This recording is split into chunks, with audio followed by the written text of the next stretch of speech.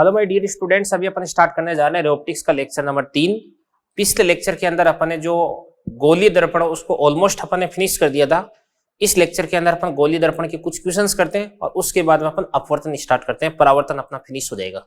ठीक है ना, तो चलो देखते हैं। देखो एक क्वेश्चन है बोर्ड पे आपके सामने लिखा हुआ है, ये आपके पास में कोई गोलीय दर्पण है, कौन सा आपको पता है? ये कौन सा दर्पण है? उत्तल दर्पण है। इसकी फोकल लेंथ है वो कितनी हो जाएगी? 40 सेंटीमीटर। और इसके सामने 4 मीटर की डिस्टेंस पर कोई ऑब्जेक्ट है जो कि, या इसको 4 मीटर नहीं, इसको अपन कम लिख देते हैं। ठीक है ना, ये मान के इसलिए कितना हो जाएगा आपके पास में? 120 सेंटीमीटर। 120 सेंटीमीटर पर आपके पास में कोई ऑब्जेक्ट है और इस ऑब्जेक्ट को अपन क्या करें, इधर की तरफ 2 सेंटीमीटर पर सेकंड से चला रहे हैं।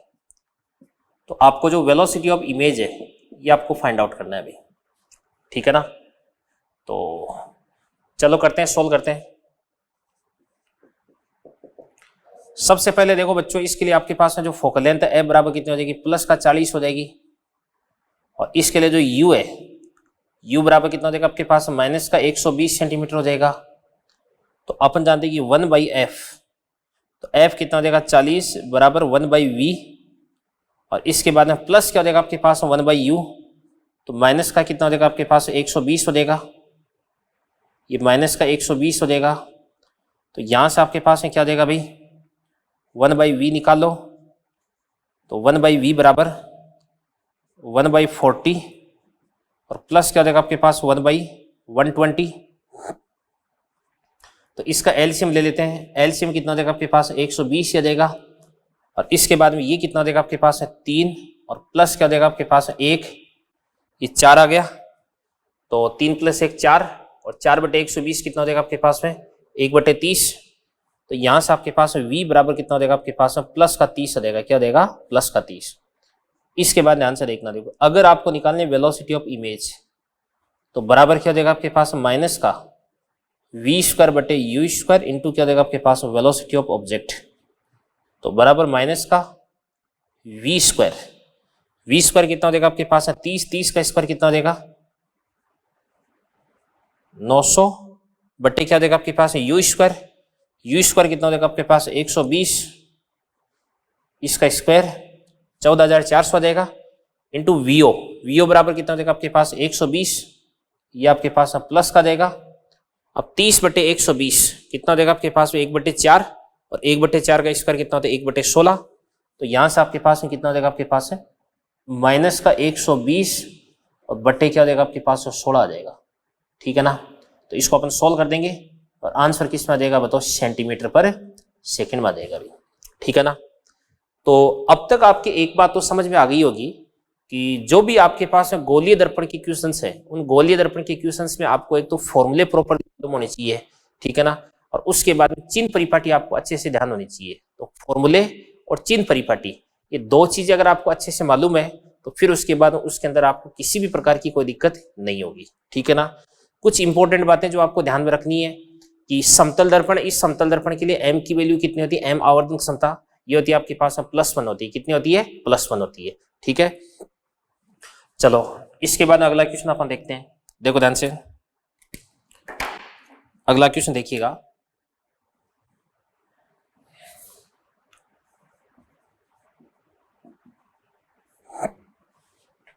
देखो ये आपके पास कोई भी इस प्रकार से एक समतल दर्पण है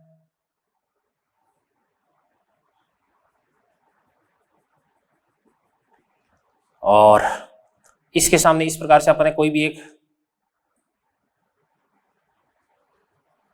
अवतल दर्पण रख दिया है और यहां पर अपन क्या करते हैं, इस प्रकार से कोई भी एक ऑब्जेक्ट रख देते हैं। ये ऑब्जेक्ट हो गया, इसका नाम क्या देगा आपके पास? m1, इसका नाम क्या देगा आपके पास? m2। ठीक है ना, और ऑब्जेक्ट की जो हाइट है वो कितना देगा आपके पास? 1 सेंटीमीटर। ठीक है, और यहां से लेकर के यहां तक की ये वाली जो डिस्टेंस है ये भी कितना देगा आपके पास? 20 सेंटीमीटर। और ये वाली डिस्टेंस भी कितना देगा आपके पास? 20 सेंटीमीटर। इन दोनों के बीच की डिस्टेंस 40 सेंटीमीटर होगी। ठीक है, और इसके बाद में से इसके लिए जो फोकल लेंथ है इसकी फोकल लेंथ कितनी हो जाएगी आपके पास, मान के चलिएगा 25 सेंटीमीटर, ठीक है। और प्रथम परावर्तन वो किससे लेते हैं अपन, M1 से लेते हैं। प्रथम परावर्तन है वो अपन लेते हैं M1 से, ठीक है ना। इसको मान लो आप कितना हो जाएगा आपके पास में, इसकी फोकल लेंथ 20 सेंटीमीटर ले लो, भी 20 ही हो गया। तो पहला परावर्तन अपन किससे लेते हैं भी, M1 से लेते हैं। तो इस M1 के लिए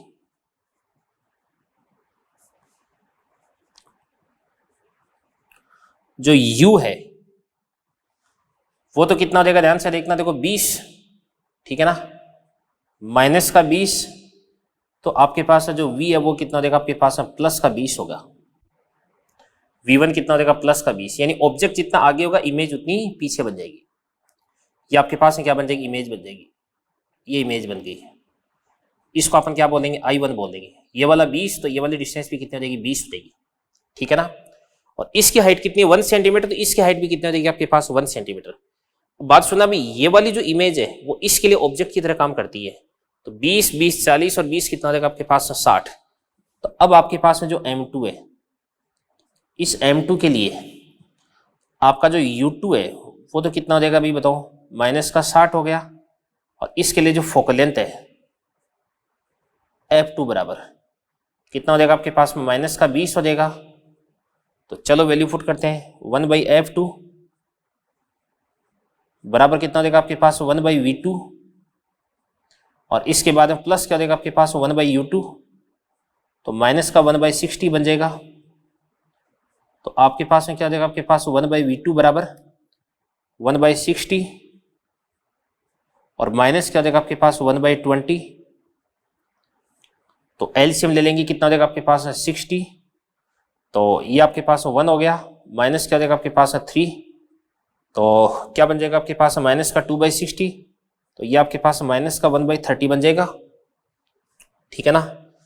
तो यहां से आपके पास V2 बराबर कितना हो जाएगा, V2 बराबर ये आपके पास हो जाएगा माइनस का 30 हो जाएगा। अब इसके बाद में अपन क्या करते हैं, अभी इसके लिए अपन M1 निकालते हैं।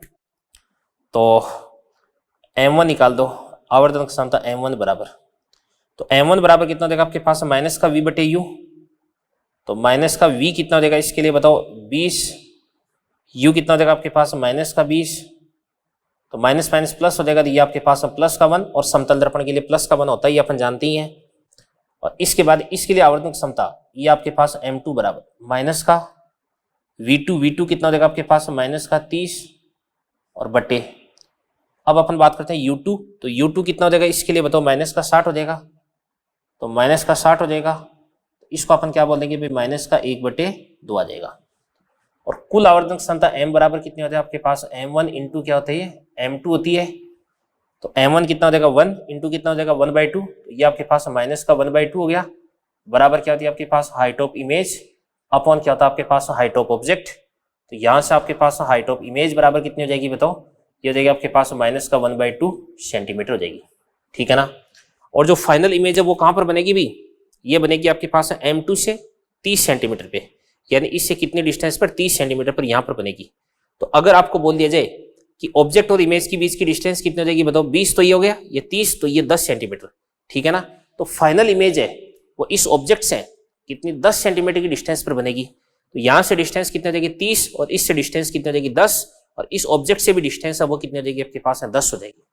तो इस प्रकार से देखो कोई सा भी क्वेश्चन है, उस क्वेश्चन के अंदर आपको जो दर्पण के जो फॉर्मूले 1/F बराबर 1/V प्लस 1/U ये आपको काम में लेने, बाकी आपको कुछ नहीं करना, ठीक है। तो इन चीजों को आप नोट करें, और इसके साथ में आपका जो गोलीय दर्पण है वो फिनिश होता है, और उसके बाद में अपन स्टार्ट करने जा रहे हैं अपवर्तन। तो करें, इनको नोट करें आप, ठीक है बच्चों। चलिए बच्चों, परावर्तन अपन कंप्लीट कर चुके हैं। परावर्तन के अंदर ध्यान से देखना, तो मैंने समतल दर्पण आपको पढ़ाया, एक मैंने आपको गोलीय दर्पण पढ़ाया, ठीक है ना। और परावर्तन के बाद में अगला टॉपिक अपन स्टार्ट करने जा रहे हैं अपवर्तन, ठीक है ना। तो परावर्तन के अंदर जो प्रकाश की किरण है वो किसी चमकीली सतह से टकरा करके उसी माध्यम में आ रही थी, अपवर्तन के अंदर प्रकाश की किरण वो टकरा करके उस दूसरे वाले माध्यम के अंदर चली जाती है, वापस टकरा करके उसी माध्यम में नहीं आती है। तो अपन बात करते हैं अपवर्तन।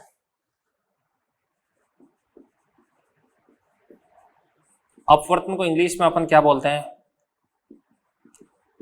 रिफ्रैक्शन। और ये अपने आप में एक इंपॉर्टेंट टॉपिक है, ठीक है भाई। ये अपवर्तन हो गया, तो ध्यान से देखना। देखो परावर्तन, परावर्तन के बाद में अपन डिस्कस करने जा रहे हैं अपवर्तन। तो क्या होता है देवदान से, जैसे ये आपके पास में दो माध्यमों की इंटरफेस हो जाएगी, कॉमन इंटरफेस, यानी इसको अपन बोलते हैं अपवर्तक सतह, ठीक है। ये आपके पास इस प्रकार से कोई प्रकाश की किरण इस प्रकार से यूं आ रही है, तो इसको अपन बोलते हैं आपतित किरण, इंसिडेंट रे।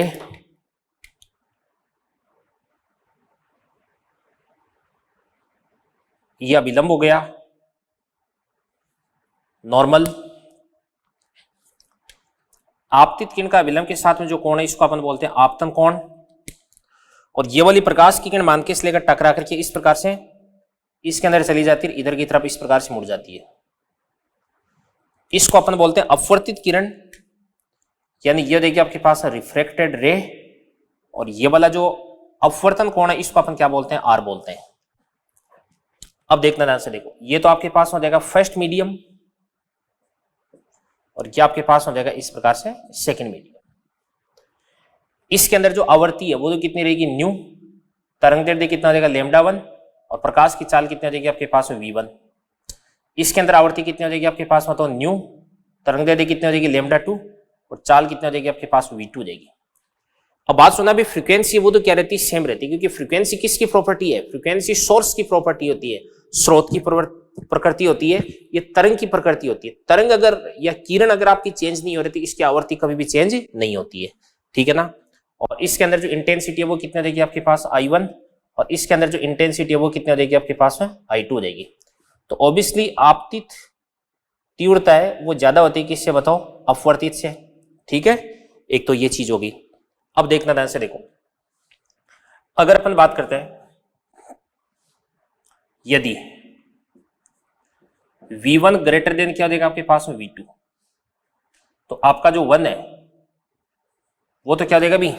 विरल माध्यम। और जो 2 है वो क्या हो जाएगा आपके पास है? सघन माध्यम। मतलब अगर प्रकाश की किरण विरल माध्यम से सघन माध्यम में जाती है तो इस स्थिति में इस प्रकाश की किरण का जो वेग है वो क्या हो जाता है? कम हो जाता है, ठीक है ना।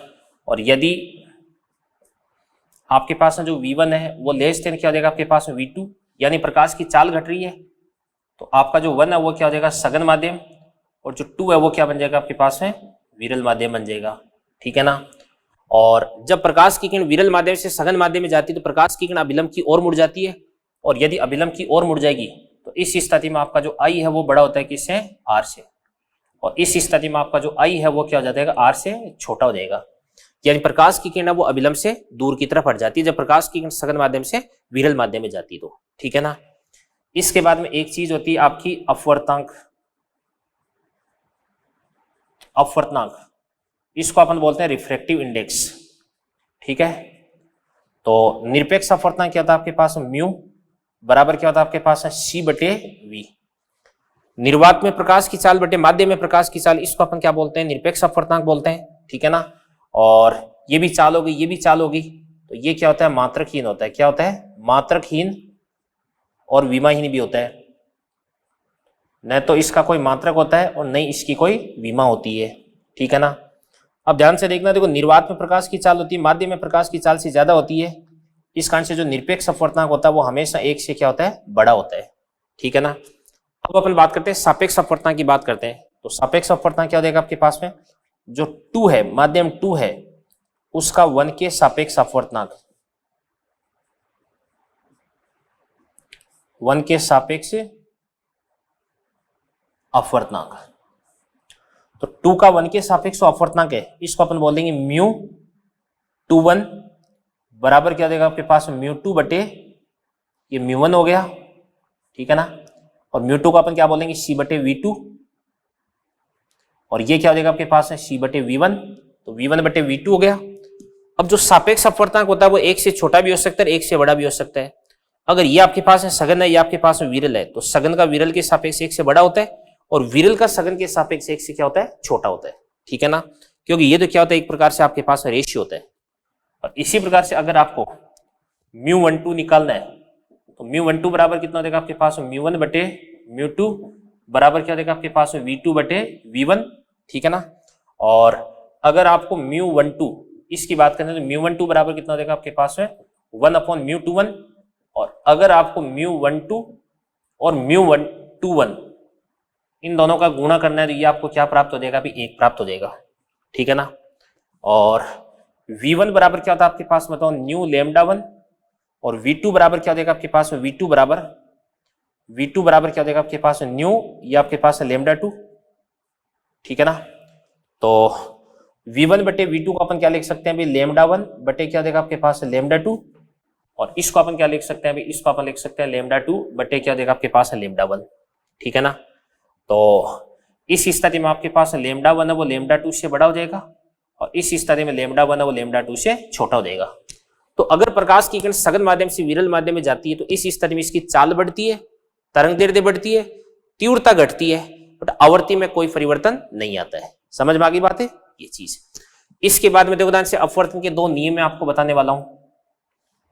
पहला नियम तो क्या होता है अभी कि ये कहता है कि आपतित किरण, अपवर्तित किरण और अभिलंब तीनों होते हैं, वो होते हैं समान तल में, समान तल में स्थित होते हैं। तो ध्यान से देखना, देखो आई वेक्टर क्रॉस क्या होता है आपके पास, आर वेक्टर, और इसके बाद इसका डॉट क्या देगा आपके पास, एन वेक्टर बराबर क्या देगा, 0 देगा। और एक होता है, ध्यान से देखना, देखो ये कहता है कि म्यू साइन थीटा बराबर क्या होता है आपके पास में, कांस्टेंट होता है। और इसको तो आप जानते हैं किसका नियम है, ये होता है आपके पास स्नेल का नियम, ये आपके पास स्नेल का नियम है। तो इसको अपन बोलेंगे μ1 साइन थीटा 1 यानी साइन आई बराबर क्या हो जाएगा आपके पास, μ2, ये आपके पास साइन आर हो जाएगा। तो यहां से आपके पास साइन आई बटे क्या हो जाएगा आपके पास, साइन आर बराबर, इसको अपन बोलेंगे μ2 बटे μ1, या इसको अपन बोलेंगे μ21 बोल देंगे, बराबर क्या हो जाएगा आपके पास, v1 बटे v2 बराबर क्या हो जाएगा आपके पास, λ1 बटे λ2। तो ये आपके पास अपवर्तन के 2 नियम हो गए। तो जिस प्रकार से परावर्तन के 2 नियम अपन ने डिस्कस किए थे, उसी प्रकार से अपवर्तन के भी 2 नियम मैंने आपको बता दिए हैं। तो देखो कोई भी प्रकाश की किरण जब एक माध्यम से दूसरे माध्यम में जाती है तो इस स्थिति में प्रकाश की किरण या तो अभिलंब की ओर मुड़ जाती है या अभिलंब से दूर हट जाती है। इस घटना को अपन क्या बोलते हैं, प्रकाश का अपवर्तन बोलते हैं, ठीक है ना। जब प्रकाश की किरण वो विरल माध्यम से सघन माध्यम में जाती है तो अभिलंब की ओर मुड़ती है, और सघन माध्यम से विरल माध्यम में जाती है तो अभिलंब से दूर हटती है, ठीक है ना। विरल से सघन में जाती है तो इस स्थिति में चाल वो क्या हो जाती है, घट जाती है, और सघन से विरल में जाती है तो चाल वो क्या हो जाती है, बढ़ जाती है, ठीक है ना। और फिर उसके बाद में तीव्रता है, उस पर क्या प्रभाव पड़ता है, आवृत्ति पे क्या प्रभाव पड़ता है, ठीक है ना, तरंग दैर्ध्य, चाल, इन सब चीजों पे क्या प्रभाव पड़ता है ये मैंने आपको बता दिया। निरपेक्ष अपवर्तन क्या होता है ये बता दिया, और मात्रक विमा क्या होती है वो बता दी, सापेक्ष अपवर्तन क्या होता है ये बता दिया, और μ12 और μ21 के अंदर क्या रिलेशन होता है ये मैंने आपको बता दिया। और इसके बाद में अपवर्तन के जो 2 नियम है वो नियम मैंने आपको बता दिए। तो इन चीजों को नोट करें, आगे बढ़ते हैं फिर अपन। तो चलिए बच्चों, अपन ये डिस्कस कर चुके हैं कि यदि कोई भी प्रकाश की किरण एक माध्यम से दूसरे माध्यम में जब जाती है तो वो या तो अभिलंब की ओर मुड़ जाती है या अभिलंब से दूर हट जाती है, ठीक है ना। तो अगर अपन जैसे सघन माध्यम से विरल माध्यम में कोई चीज को देखते हैं, विरल माध्यम से सघन माध्यम में कोई चीज को देखते हैं, तो इस स्थिति में उसकी जो एक्चुअल डिस्टेंस है उससे अपने को कम या ज्यादा डिस्टेंस है वो दिखाई देती है, ठीक है ना। तो ध्यान से देखना, देखो सबसे पहले अपन बात करते हैं, जैसे मान के इसलिए अपन क्या करते हैं, अपन विरल माध्यम से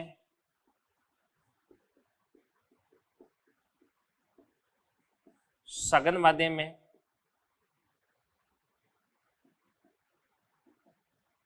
देखते हैं, विरल माध्यम से सघन माध्यम में देखते हैं तो क्या होता है, देखो ध्यान से। जैसे मान के इसलिए इस प्रकार से अपने पास में ये कोई बर्तन है, और इस बर्तन के अंदर अपन ने इस प्रकार से कोई लिक्विड भर है, ठीक है, और यहां पर इसके अंदर इस प्रकार से कोई भी चीज रखी हुई मान के इसलिए, तो ये आपके पास क्या हो जाएगा, इस प्रकार से ऑब्जेक्ट हो जाएगा। तो इस ऑब्जेक्ट से 2 प्रकाश की किरणें चलती है, एक तो प्रकाश की किरण इस प्रकार से सीधी की सीधी चलेगी, तो ये वाली जो प्रकाश की किरण है वो तो इस प्रकार से सीधी की सीधी निकल जाएगी। और एक प्रकाश की किरण यहाँ से इस प्रकार से यहाँ पर यूं आपतित होती है, तो यहाँ पर आपतित होने वाली जो प्रकाश की किरण है वो सघन माध्यम से विरल माध्यम में जा रही है, तो ये अभिलंब से दूर की तरफ हट जाती है। तो इस प्रकार से अभिलंब से इसको अपन थोड़ा सा दूर की तरफ हटा देते हैं। ठीक है भाई। अब एक तो आपके पास ये अपवर्तित किरण होगी, एक आपके पास ये अपवर्तित किरण होगी। दोनों अपवर्तित किरणों को अगर अपन पीछे की तरफ बढ़ाते हैं तो इस स्थिति में ये कहां पर जाकर के मिलती हुई प्रतीत होती है, ये यहां पर जाकर के मिलती हुई प्रतीत होती है। तो इस स्थिति में आपका ये जो ऑब्जेक्ट है, इस ऑब्जेक्ट की इमेज कहां पर बन जाएगी, यहां पर बन जाएगी, यहां पर बन जाएगी इस ऑब्जेक्ट की इमेज। तो ये तो आपका ऑब्जेक्ट हो गया और ये आपकी इमेज होगी। तो ध्यान से देखना, देखो यहां पर इसकी जो वास्तविक गहराई है वो तो ज्यादा है और इसकी आभासी गहराई है वो क्या भी कम है। यानी इसकी जो आभासी गहराई है वो वास्तविक गहराई से अपने को कम प्राप्त होती है। ठीक है।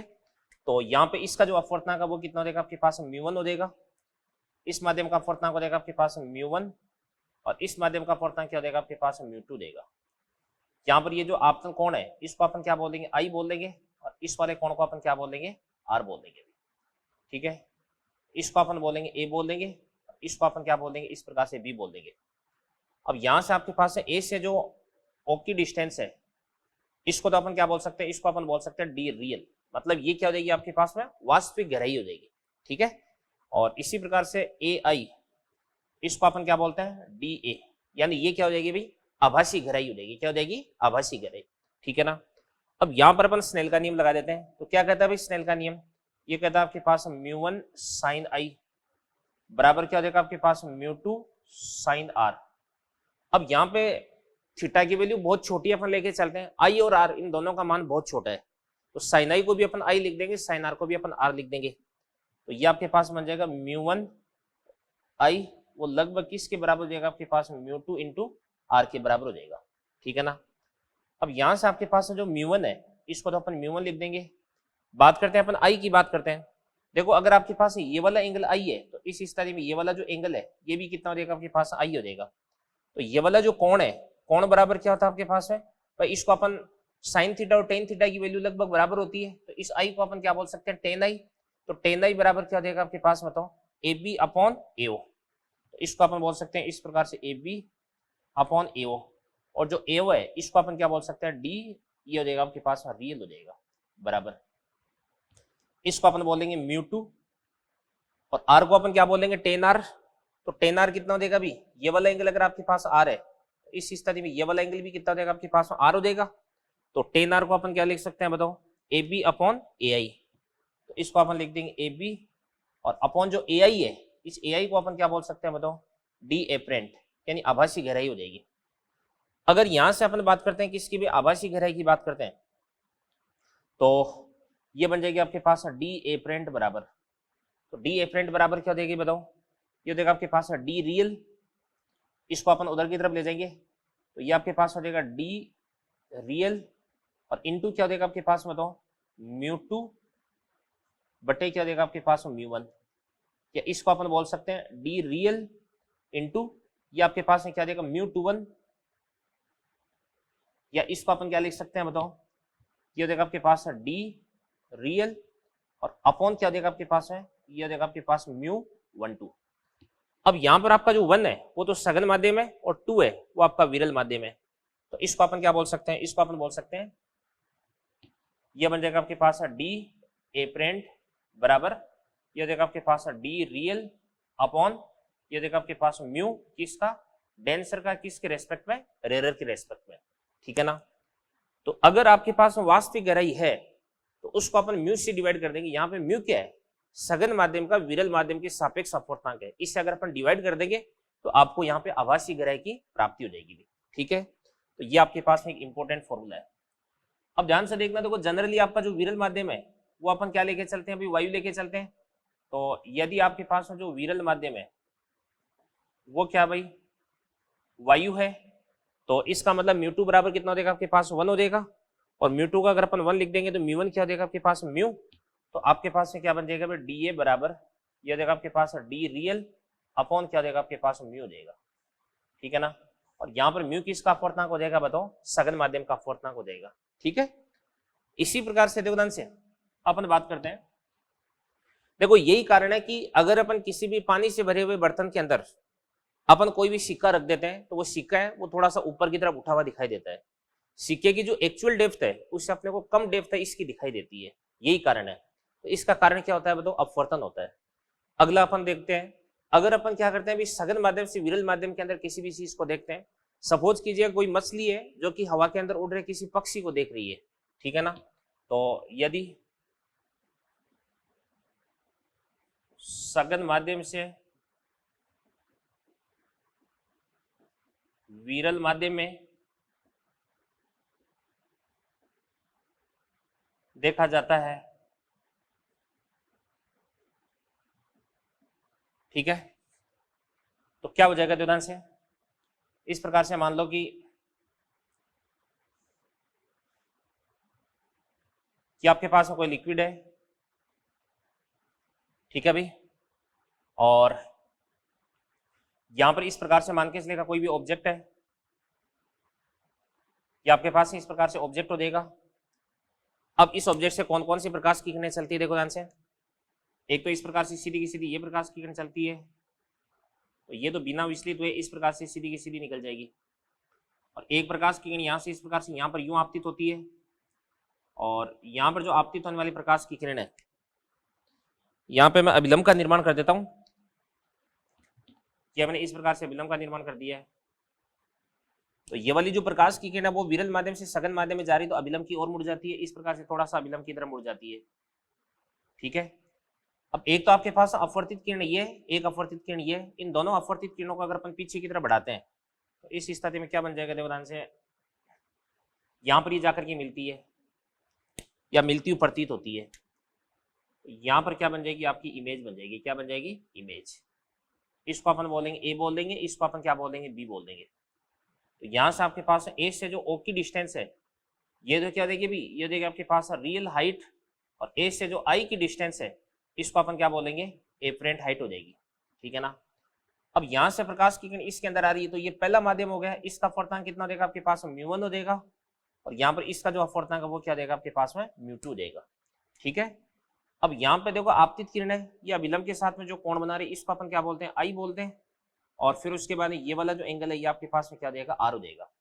तो वही बात अपन लिख देंगे μ1 sin i बराबर μ2 sin r, sin i और sin r को अपन i और r से रिप्लेस कर देंगे, क्योंकि थीटा अगर बहुत छोटा होता है तो साइन थीटा को अपन थीटा लिख सकते हैं। तो यहां से आपके पास बन जाएगा μ1 इंटू आई बराबर क्या देगा आपके पास? μ2 इंटू आर।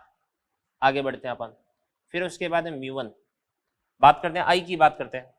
तो ध्यान से देखना, देखो आई बराबर कितना देगा, देखो ये अगर आपके पास एंगल कितना देगा? आई, तो ये वाला एंगल भी कितना देगा आपके पास? आई हो देगा, ठीक है ना। तो टेन आई बराबर क्या देगा बताओ? ए बी अपॉन क्या देगा आपके पास? ए आई, तो इसको अपन बोलेंगे ए बी, और अपॉन जो ए आई है इसको अपन क्या लिख सकते हैं? एच एपरेंट बराबर ये आपके पास μ2, और इसके बाद μ2 हो गया।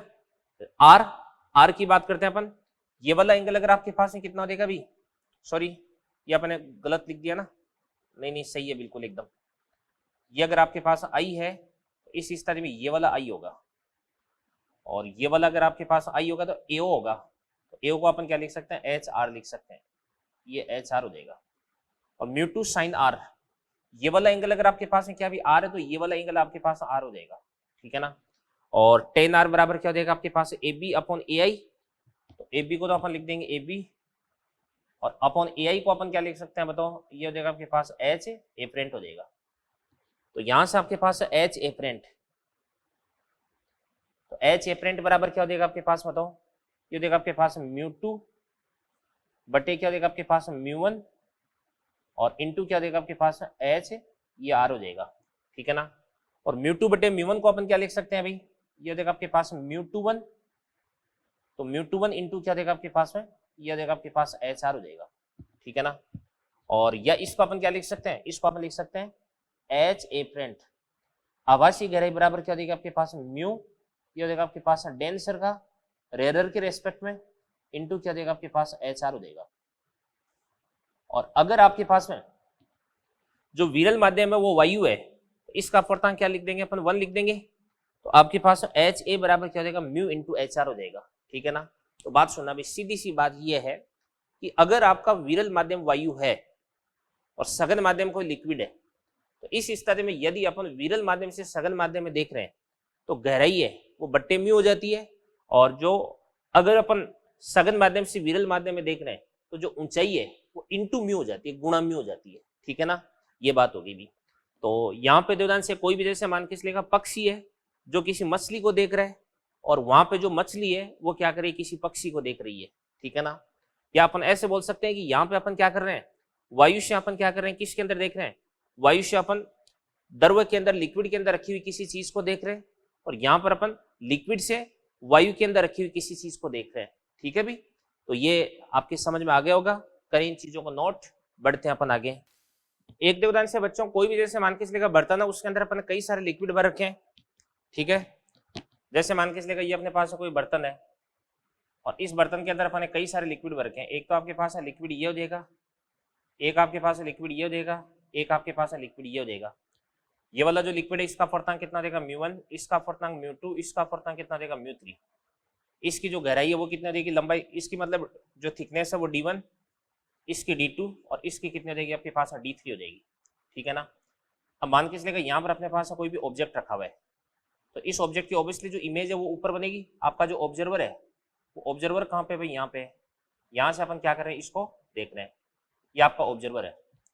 तो इस स्थिति में इसकी जो आभासी गहराई है डी एपरेंट बराबर क्या देगा आपके पास d1 बटे μ1, और प्लस क्या देगा आपके पास d2 बटे μ2, और प्लस क्या देगा आपके पास d3 बटे μ3 बन जाएगी। ठीक है, ओके। इसके बाद में एक अपन कांच की पट्टी का उससे अपवर्तन अपन पढ़ते हैं। तो जो कांच की पट्टी का इससे अपवर्तन के अंदर अपन दो चीजें डिस्कस करते हैं।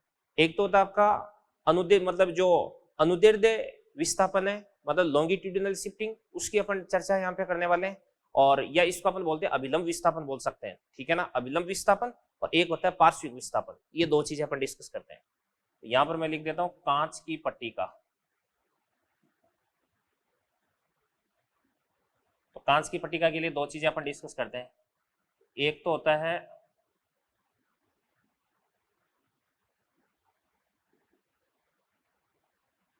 अविलंब विस्थापन,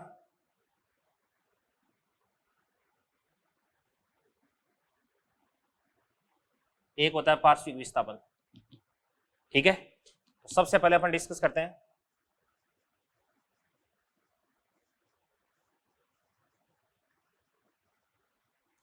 अविलंब विस्थापन क्या होता है। ध्यान से देखना, मान के चलिए ये आपके पास कोई भी कांच की पट्टिका है। ठीक है, और इस कांच की पट्टिका का जो अपवर्तनांक है वो कितना देगा आपके पास म्यू, और इसकी मोटाई कितना देगी आपके पास टी हो जाएगी। अपवर्तनांक म्यू और मोटाई कितना देगी आपके पास है टी। अब यहां पर मान के चलिए अपने पास कोई भी ऑब्जेक्ट रखा हुआ है, तो इस ऑब्जेक्ट से प्रकाश की किरण चलती है दो से इस प्रकार से यूं। एक तो प्रकाश की किरण इस प्रकार से यूं चली। अब ये वाली जो प्रकाश की किरण है ये यहां पर आपतित होती है। यहां पर अपन क्या करते हैं, इस प्रकार से अभिलंब का निर्माण करते हैं। अब यहां पर प्रकाश की किरण वो विरल से सघन के अंदर जा रही है, तो ये क्या करते हैं, इस प्रकार से अभिलंब की ओर मुड़ जाती है। तो थोड़ा सा इसको अपन क्या करते हैं, अभिलंब की ओर मोड़ देते हैं। ये अभिलंब की ओर मोड़ दिया, हल्का सा मोड़ दिया मैंने। ठीक है, और फिर उसके बाद ये प्रकाश की किरण है तो इस प्रकार से यहां पर आपतित होती है। एक बार फिर से इसका अपवर्तन होता है। अब की बार प्रकाश की किरण वो सघन से विरल के अंदर जा रही है, तो अब की बार प्रकाश की किरण वो जितना अभिलंब की ओर मुड़ी थी उतना ही इस प्रकार से अभिलंब से दूर हट जाती है। इस प्रकार से अभिलंब से दूर हट गई। अब मान के चलेगा यहाँ पर कोई ऑब्जर्वर है जो क्या कर रहा है, इस सीन को देख रहा है। यहाँ पर अपना ऑब्जर्वर है, वो क्या कर रहा है अभी, इस कांच की पट्टिका के माध्यम से या इसके आर पार से इस ऑब्जेक्ट को देख रहा है। तो इस स्थिति में इसको ये वाली जो प्रकाश की किरण वो कहाँ से आती हुई प्रतीत होती है, ये वाली प्रकाश की किरण इसको इस प्रकार से यहाँ से आती हुई प्रतीत होती है। इसको अगर अपन आगे की तरफ बढ़ा देते हैं तो इस प्रकार से यहाँ से आती हुई प्रतीत होती है। तो इस ऑब्जेक्ट की जो इमेज है वो कहाँ पर बन जाएगी, इस प्रकार से यहाँ पर बन जाएगी। यानी वास्तव में आपका जो ऑब्जेक्ट है वो तो यहाँ पर है, बिंब तो यहाँ पर है, बट इसका प्रतिबिंब कहाँ पर बनता है, अभी यहाँ पर बनता है। यानी मतलब यहाँ से लेकर के यहाँ तक ये जो शिफ्टिंग है, इस शिफ्टिंग को अपन क्या बोल देंगे, एक्स बोल देंगे। और ये जो एक्स है, इस एक्स को अपन क्या बोलते हैं, अभिलंब विस्थापन बोलते हैं। क्या बोलते हैं, अभिलंब विस्थापन बोलते हैं। ठीक है ना, तो यहाँ से आपके पास जो एक्स है वो एक्स बराबर कितना हो जाएगा अभी टी, इंटू 1 - 1 बटे ये आपके पास म्यू हो जाएगा अभी, ठीक है ना। इसको अपन क्या बोलेंगे, अभिलंब विस्थापन बोल देंगे। अब ध्यान से देखना, देखो कोई भी प्रकाश की किरण अगर कांच की पट्टिका के आर पार से गुजरती है, इसके अंदर से होकर के गुजरती है, तो इस स्थिति में आपको जो ऑब्जेक्ट है, मतलब आपका जो ऑब्जेक्ट है उसको आपको कितना शिफ्ट करना है, एक्स शिफ्ट करना है। और शिफ्टिंग अब वो किधर की तरफ होगी, आपतित प्रकाश की दिशा में। तो यहाँ पे ध्यान से देखना, देखो आपतित प्रकाश है वो इधर की तरफ जा रहा है, तो शिफ्टिंग है वो भी आपको इधर की तरफ ही करनी है। ऐसा नहीं कि प्रकाश तो इधर की तरफ जा रहा है और इस ऑब्जेक्ट की इमेज आप इधर की तरफ बना दो। एक्स है वो लाइट की डायरेक्शन में आपको शिफ्ट करना है अभी, समझ में आ गई बात है। एक तो ये बात होगी। अभिलंब विस्थापन के बाद में अगला अपन डिस्कस करने जा रहे हैं यहाँ पे पार्श्विक विस्थापन। तो पार्श्विक विस्थापन, ठीक है। तो पार्श्विक विस्थापन में क्या होता है ध्यान से, जैसे मान के चलिएगा ये आपके पास कोई कांच की पट्टिका है और इस कांच की पट्टिका की मोटाई कितना देगी टी, इसका अपवर्तन कितना देगा आपके पास म्यू, ठीक है भाई। और यहां पर इस प्रकार से कोई प्रकाश की किरण आपतित हो रही है,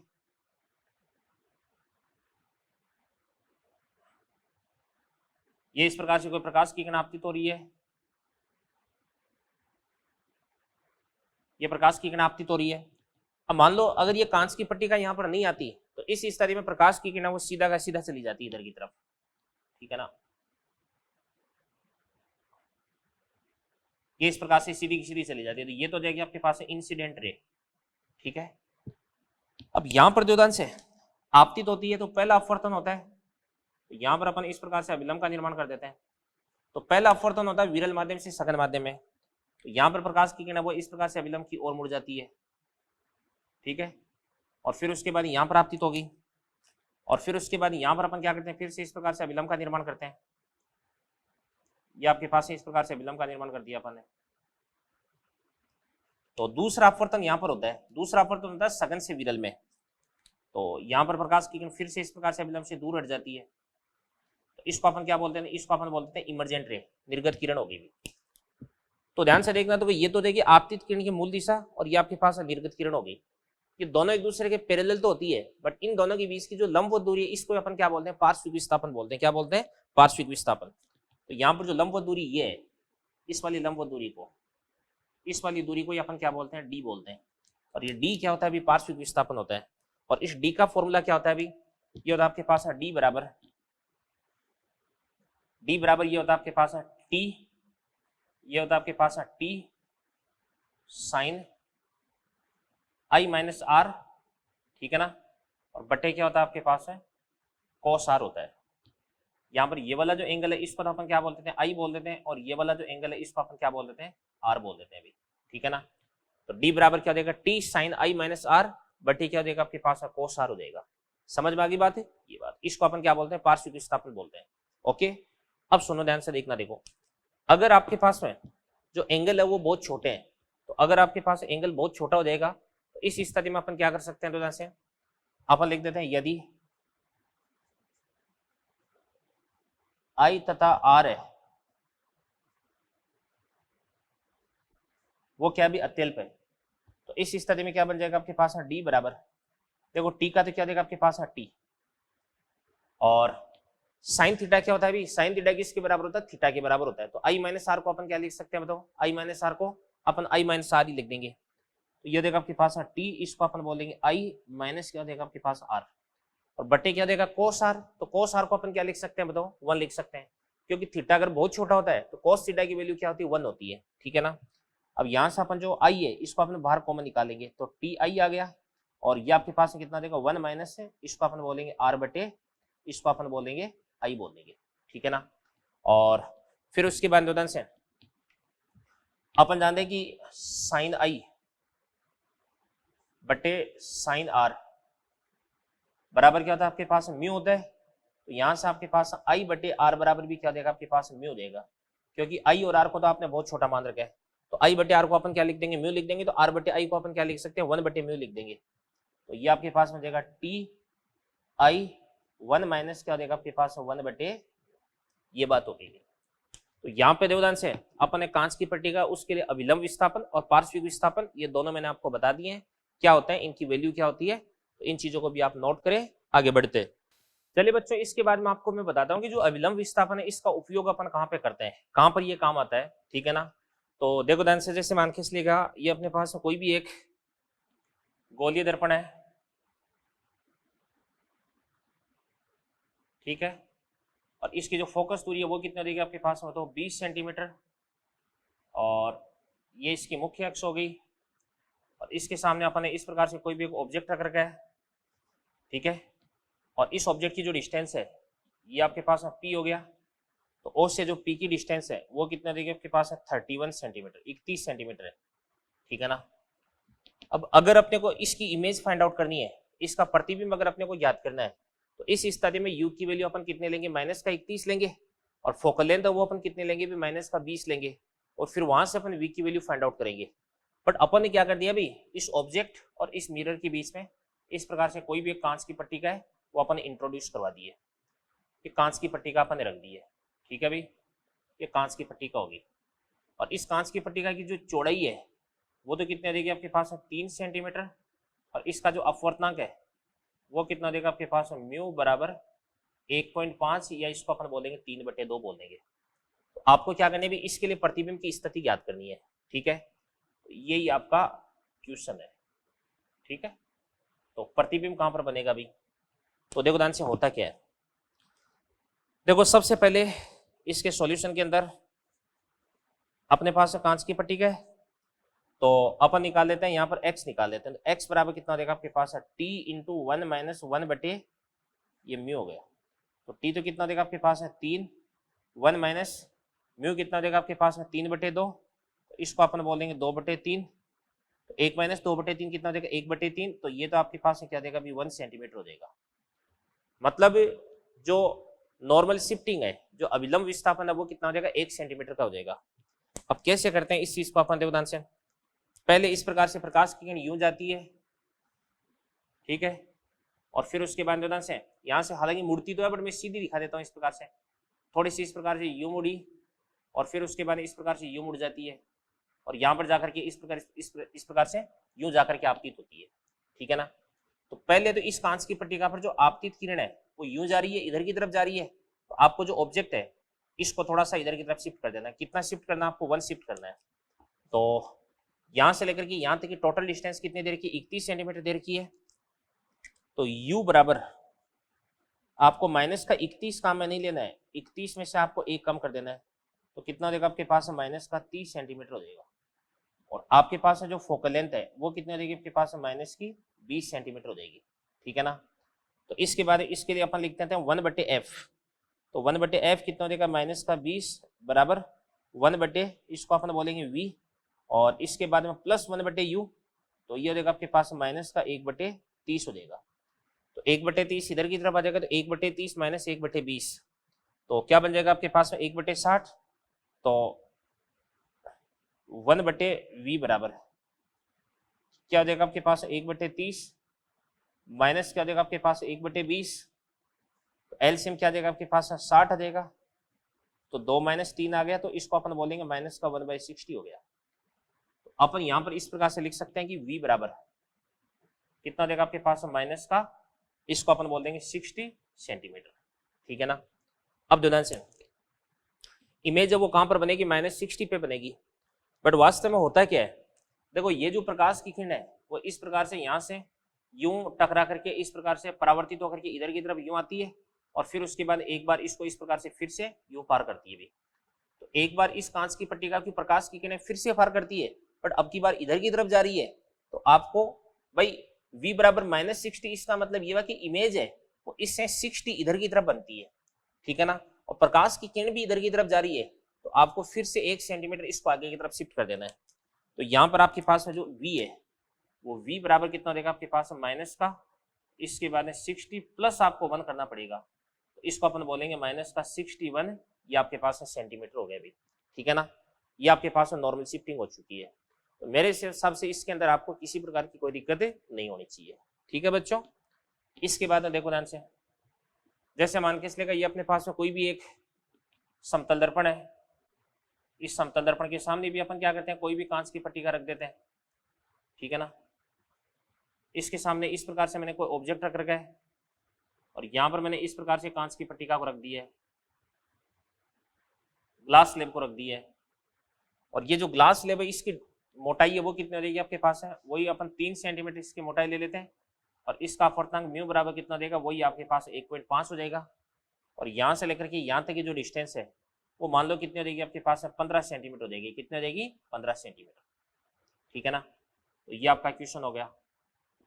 अब सुनो भी, अगर इस वाले क्वेश्चन के अंदर अपन x की वैल्यू कैलकुलेट करते हैं तो x बराबर कितना हो जाएगा बताओ, म्यू x बराबर कितना हो जाएगा, t इंटू 1 माइनस 2/3 बराबर कितना देगा भाई, वैल्यू मैं वही ले रहा हूं ताकि कैलकुलेशन में अपने को किसी प्रकार की दिक्कत नहीं हो। 1 सेंटीमीटर आ गया।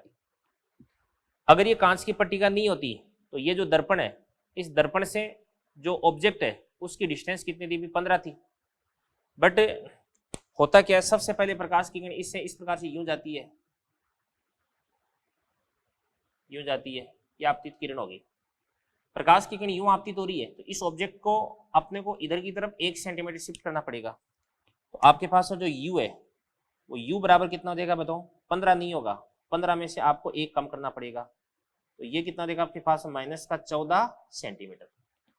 यानी इस मिरर को वास्तव में ये जो ऑब्जेक्ट अपने से 15 सेंटीमीटर की डिस्टेंस पर दिखाई नहीं देगा, अपने से 14 सेंटीमीटर की डिस्टेंस पर दिखाई देगा।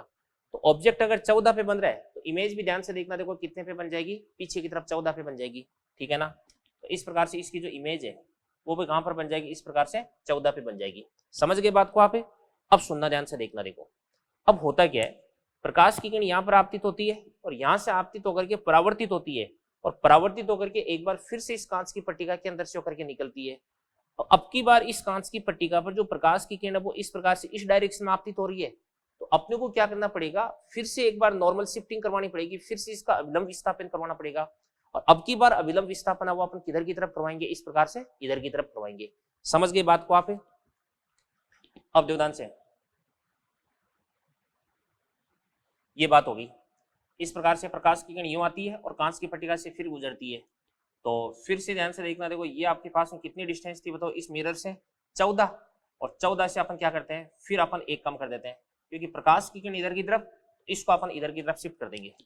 तो आपके पास जो v है वो v बराबर कितना हो जाएगा, अभी v बराबर हो जाएगा आपके पास में प्लस का 14 नहीं, इसमें से अपन 1 कम कर देंगे तो ये आपके पास हो जाएगा प्लस का 13 सेंटीमीटर हो जाएगा। अभी समझ गए?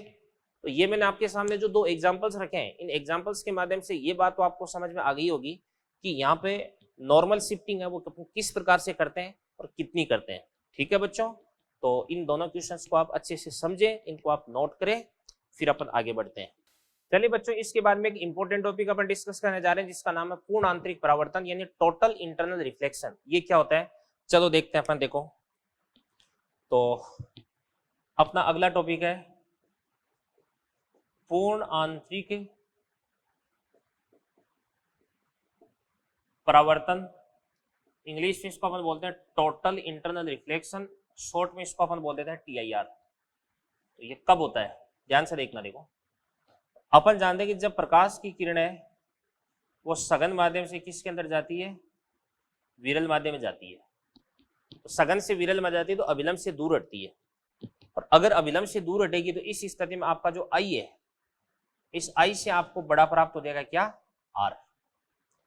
अब यदि अपन क्या करते हैं, सघन माध्यम में I को बढ़ाते हैं तो इस स्थिति में आपका जो R है वो भी क्या होता है, बढ़ता है। ठीक है ना। अब I को अगर अपन इतना बढ़ा दें कि R है वो कितना हो जाएगा, 90 डिग्री हो जाएगा। ठीक है ना। तो इस I की इस वैल्यू को अपन बोलते हैं क्रिटिकल एंगल यानी क्रांति कोण। ठीक है ना। तो सघन माध्यम में आपतन कोण का वो मान जिसके लिए विरल माध्यम में जो अपवर्तन कोण है वो 90 डिग्री प्राप्त हो, उसको अपन क्या बोलते हैं, क्रांति कोण बोलते हैं। क्या बोलते हैं, क्रांति कोण। तो अगर आपके पास I बराबर कितना हो जाएगा, θc, तो इस स्थिति में R बराबर क्या देगा आपके पास है, 90 डिग्री। ठीक है ना। और यहाँ पर आपके पास जो θc है, इस θc को अपन क्या बोलते हैं भाई, इसको अपन बोलते हैं क्रांतिक कोण यानी क्रिटिकल एंगल बोलते हैं। क्या बोलते हैं, क्रिटिकल एंगल। ठीक है। अब यदि आपने I को θc से भी ज्यादा कर दिया तो इस स्थिति में प्रकाश की किरणें वो क्या हो जाती है, भी पूर्ण आंतरिक परावर्तित हो जाती है, वापस टकरा करके उसी माध्यम में लौट आती है। इस घटना को अपन क्या बोलते हैं, TIR बोलते हैं। क्या बोलते हैं, TIR बोलते हैं। तो चलिए इस बात को अपन डायग्राम के माध्यम से भी समझ लेते हैं। देखो ध्यान से, जैसे मान के चलिएगा ये तो आपके पास हो जाएगा इस प्रकार से डेंसर मीडियम, और ये आपके पास हो जाएगा इस प्रकार से रेयर मीडियम। ठीक है, यहां पर मान लो कि कोई भी इस प्रकार से एक लाइट जल रही है, इसको अपन बोल देंगे सोर्स बोल देंगे। ठीक है ना, तो यहां से प्रकाश की किरणें चलती है। सबसे पहली प्रकाश की किरण तो देवदान से इस प्रकार से यूं चलती है,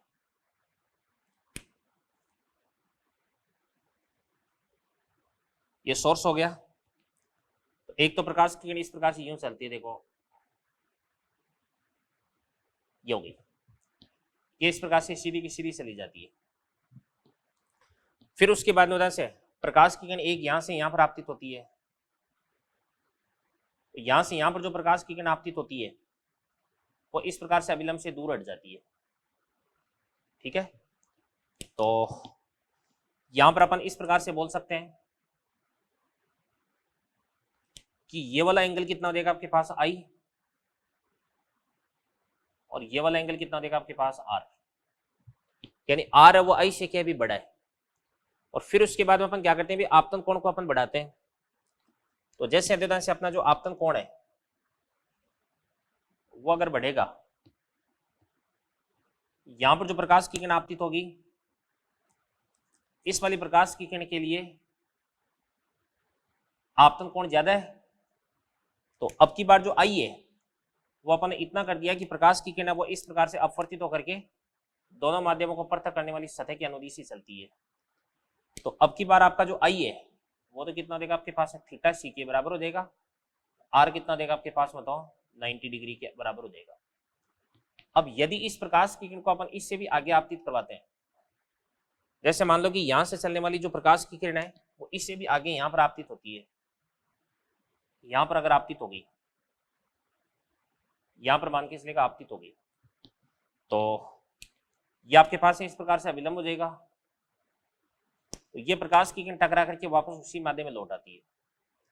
तो यहां पर क्या हो रहा है, यहां पर हो रहा है आपका TIR, टोटल इंटरनल रिफ्लेक्शन। ठीक है ना, और इस स्थिति में ये वाला जो एंगल है ये कितना देगा आपके पास I। अब ये परावर्तन है तो आपतन कोण और परावर्तन कोण बराबर होता है, तो ये वाला एंगल भी आपके पास है क्या बन जाएगा अभी, इसको भी अपन किसके बराबर बोल देंगे, I के बराबर ही बोल देंगे। ठीक है ना, अब देखो इस वाली स्थिति के लिए ये पहला माध्यम इसका अपवर्तनांक कितना देगा आपके पास, μ1, और ये दूसरा माध्यम इसका अपवर्तनांक क्या देगा आपके पास, μ2 देगा। तो अपन इस वाली स्थिति के लिए क्या करते हैं, अभी अपन स्नेल का नियम लगाते हैं। तो क्या हो जाएगा स्नेल का नियम, इस माध्यम का अपवर्तनांक कितना देगा, μ1 इंटू साइन I कितना देगा आपके पास है, थीटा सी बराबर μ2, इस वाले एंगल में R कितना देगा 90, तो इसको अपन क्या बोलेंगे साइन, ये आपके पास है 90 देगा भी। ठीक है ना, साइन 90 कितना देगा आपके पास 1 हो देगा। तो यहां से आपके पास है साइन थीटा सी बराबर कितना देगा आपके पास बताओ, μ2 बटे μ1, या इसको अपन क्या बोल सकते हैं, इसको अपन बोलेंगे μ21, या इसको अपन क्या बोलेंगे μ12, या इसको अपन बोलेंगे 1 बटे μ12 को अपन क्या बोल सकते हैं, 1 तो क्या हो जाएगा अभी डेंसर, और 2 क्या हो जाएगा आपके पास रेयर हो जाएगा। तो यहां से आपके पास जो थीटा सी है इसका फॉर्मूला बन जाएगा साइन इनवर्स 1 बटे μ/dr। अब अगर फिर से आपका विरल माध्यम है वो क्या भी वायु है, तो μ2 कितना हो जाएगा आपके पास 1 हो जाएगा। तो μ2 को अपन क्या बोल सकते हैं 1 बोल देंगे, तो बट्टे म्यू बन जाएगा। तो अपन बात करते हैं यदि जो विरल माध्यम है वो वायु है, तो विरल माध्यम वायु होने का मतलब क्या हो जाएगा आपके पास है μ2 बराबर 1। तो यहां से आपके पास हो जाएगा साइन थीटा सी बराबर क्या हो जाएगा आपके पास 1 बटे, ये बात होगी। ठीक है ना, तो ये आपके पास में क्या आ गया, क्रांति कोण आ गया। ओके, अब सुनो ध्यान से देखना, देखो क्रांति कोण वो किस पे डिपेंड करता है, क्रांति कोण डिपेंड करता है म्यू पर डिपेंड करता है। किस पे डिपेंड करता है, म्यू पर डिपेंड करता है। ओके, यानी अपवर्तनांक पर डिपेंड करता है। और अपवर्तांक किस पे डिपेंड करता है? अभी अपवर्तांक डिपेंड करता है कलर पर डिपेंड करता है। अब मैं आपको एक चीज बताता हूँ, जैसे अपनी जो व्हाइट लाइट होती है, ठीक है ना, जो श्वेत प्रकाश होता है, मैं बात कर रहा हूँ यहाँ पर विबग्योर की, तो VIBGYOR, वी से लेकर के आर तक जो लेमडा वो क्या होता है? बढ़ता है। और एक बात ध्यान रखना भी, कोची नाम का एक साइंटिस्ट था, उस साइंटिस्ट ने बताया कि अगर लेमडा बढ़ेगा तो म्यू है वो क्या हो जाएगा? भी घट जाएगा। तो लेमडा तो बढ़ जाएगा, तो म्यू है वो क्या हो जाएगा? घट जाएगा। और म्यू अगर घट जाएगा तो यहाँ पर आपके पास जो थीटा सी है वो थीटा सी क्या हो जाएगा? बढ़ जाएगा। तो आपका ध्यान से देखना, देखो जो थीटा सी है वो वोइलेट का तो होता है सबसे कम, और जो थीटा सी है रेड का होता है सबसे ज्यादा। यानी क्रांति कोण और सबसे कम किसका होता है? भी क्रांति कोण सबसे कम तो होता है वोइलेट का, और सबसे ज्यादा किसका होता है? भी रेड का होता है। और जिसके लिए क्रांति कोण कम होता है उसका TIR ईजी होता है। तो TIR यहाँ पर ईजी किसका होता है बताओ? TIR ईजी होता है वोइलेट का, ठीक है ना। तो वोइलेट है, इसका TIR है वो क्या होता है? आसान होता है। अभी समझ में आ गई ना बात है? ये बात मतलब इसका मतलब ये है कि श्वेत प्रकाश को इस प्रकार से पहले मैं यहाँ पर आपतित करवाता हूँ, फिर उसके बाद इसका एंगल अगर मैं लगातार बढ़ाता जाता हूँ, कौन सा प्रकाश है तो सबसे पहले पूर्ण आंतरिक परावर्तित होकर के वापस उसी माध्यम में लौट आएगा, वो कौन सा प्रकाश होगा बताओ? कौन सा कलर होगा? वोइलेट होगा। समझ में आ गई ना बात है? ये चीज।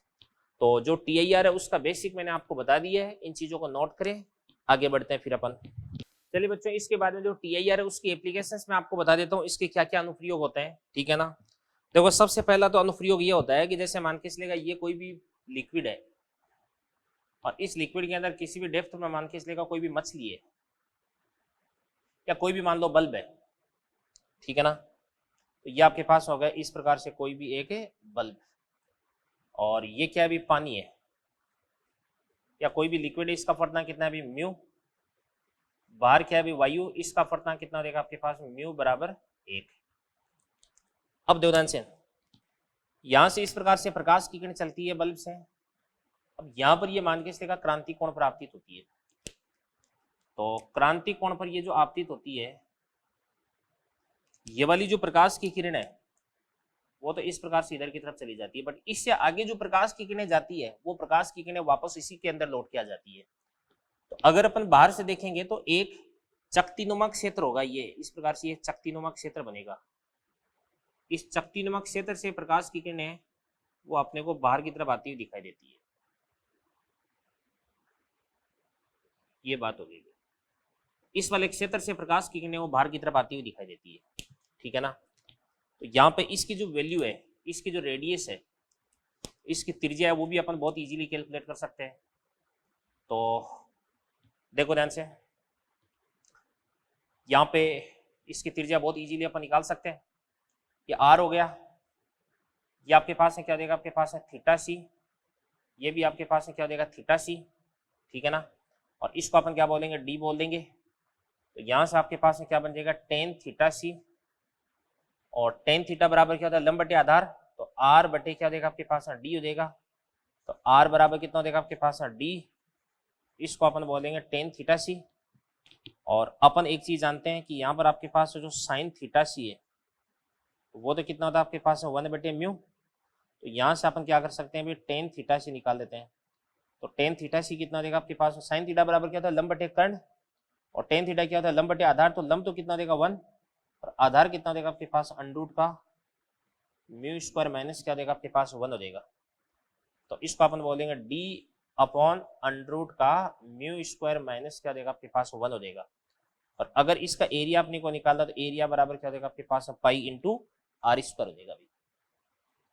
तो कोई भी पानी के अंदर अगर कोई बल्ब जल रहा है तो इस बल्ब का जो प्रकाश एक चकतीनुमा भाग से बाहर निकलता है, उस चकतीनुमा भाग की जो रेडियस है वो भी अपन निकाल सकते हैं, और उसका जो एरिया है वो भी अपन निकाल सकते हैं, और फॉर्मूला आपके सामने है, ठीक है ना। एक देखो बच्चों, आपने अपनी बोर्ड के अंदर पढ़ा होगा कि एक तो होता है मर्ग, एक तो मरीचिका होती है, एक क्या होती है? लूमिंग होती है, ठीक है ना। देखो ध्यान से,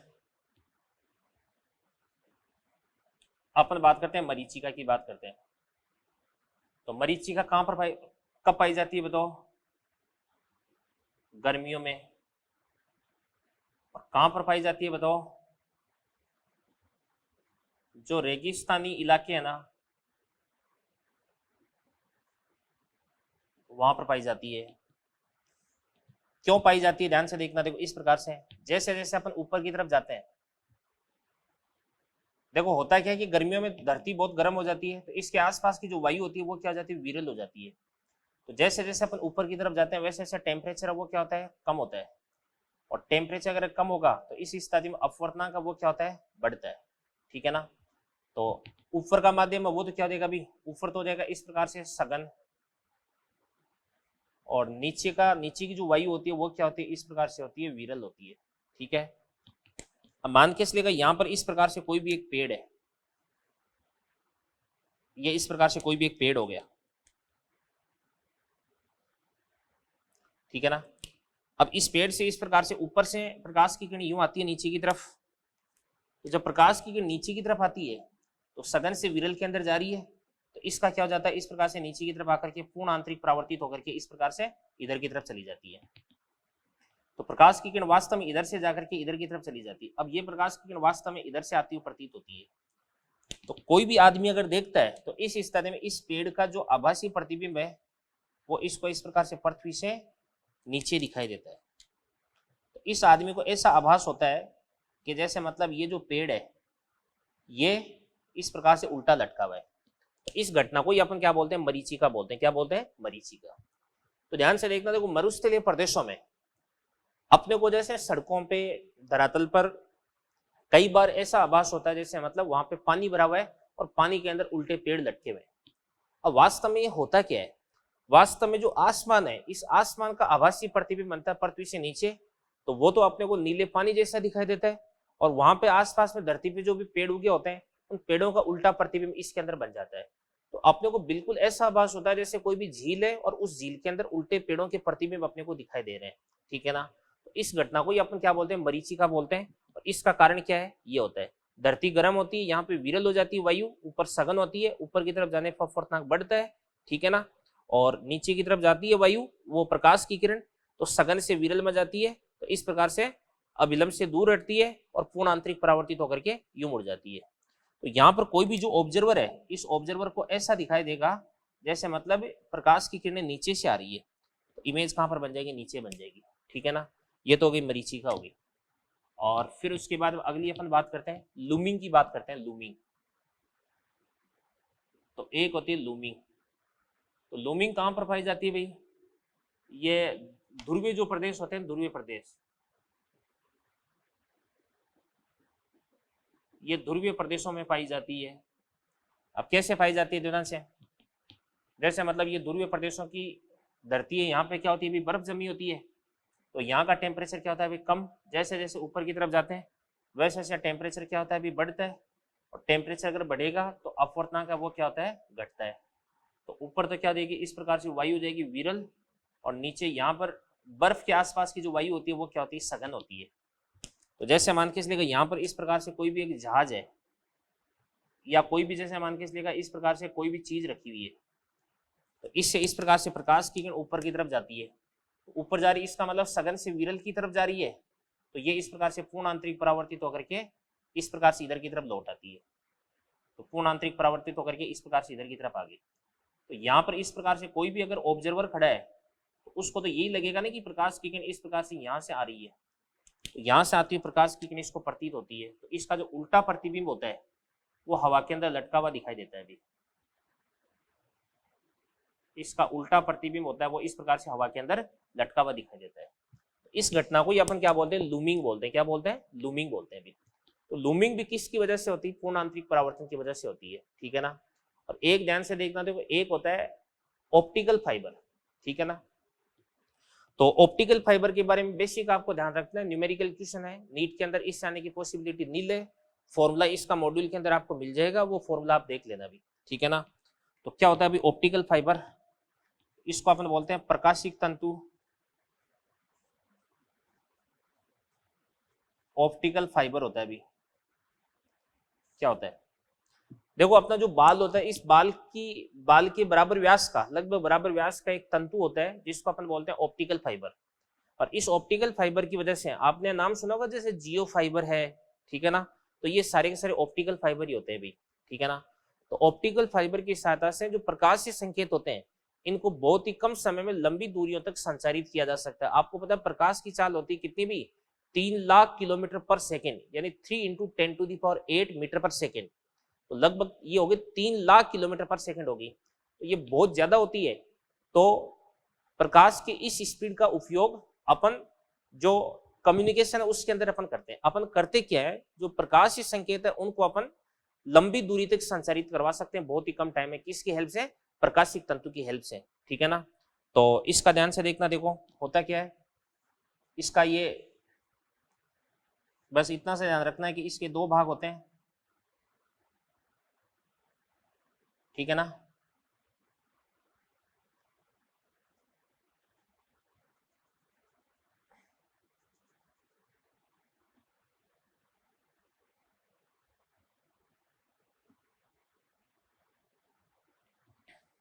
एक तो होता है इस प्रकार से अंदर वाला भाग, और एक होता है बाहर वाला भाग। जो बाहर वाला भाग होता है इसको अपन क्या बोलते हैं, इसको अपन बोलते हैं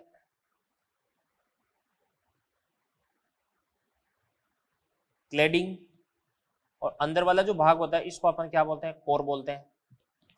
अंदर वाले भाग का अपवर्तनांक मान लो कितना हो जाएगा आपके पास है μ1, और बाहर वाले का अपवर्तनांक कितना होता है आपके पास μ2 होता है। जो कोर होती है वो तो किसकी तरह बिहेव करती है, सघन माध्यम की तरह, और ये किसकी तरह बिहेव करता है अभी, विरल माध्यम की तरह। तो यहाँ पर आपके पास जो μ1 होता है वो बड़ा होता है किससे, μ2 से। समझ में आ गई ना बात है ये चीज। और बाकी ये क्या करता है, प्रकाशीय संकेतों को लंबी दूरी तक संचारित करता है।